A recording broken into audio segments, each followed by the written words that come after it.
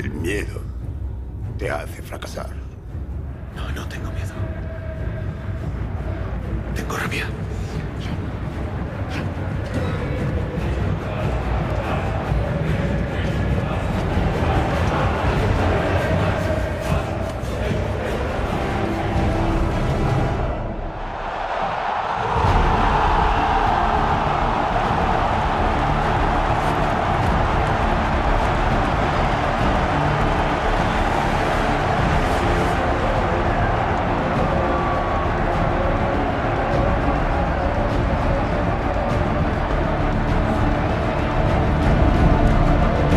Porque él puede resistirlo.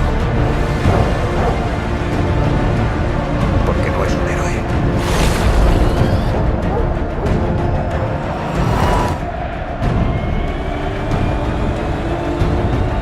Es un guardián silencioso. Un protector.